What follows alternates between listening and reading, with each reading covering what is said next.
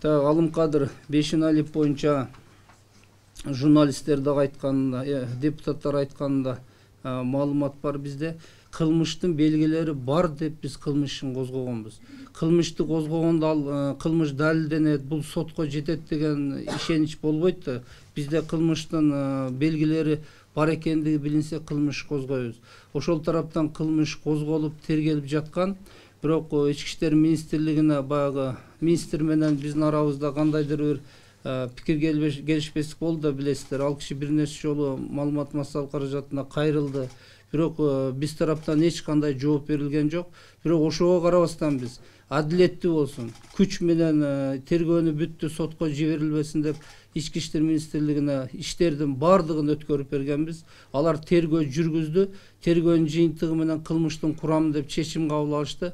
Биз ошого макул болуп, ошо ойдон токтолду.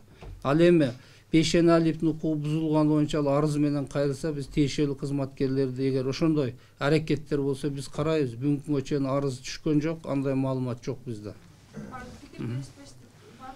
Пикир келишпестик жок. Андан кийин бир-эки министр да мен жөнүндө кайрылган уктуңуздар да. Мен эч качан жооп берип, маалымат массалык каражаттарга чыккандарга жооп бербейм. Анткени биздин иш ачык айрым, көрүп атасыздар. Прокуратура эч качан жашырып иш кылбайбыз. Бирөөнүн кызмат абалынан пайдаланып, куугунтуктап же бир кандайдыр бир келишпестик менен иш козгобойбуз. Ошондуктан иш козголгондо эми кутулуу максатында ар кандай жагдайлар менен билдирүү бере беришет экен да. Бирок биз ага көңүл бурбайбыз, мыйзамдуу аракеттерди жасай беребиз.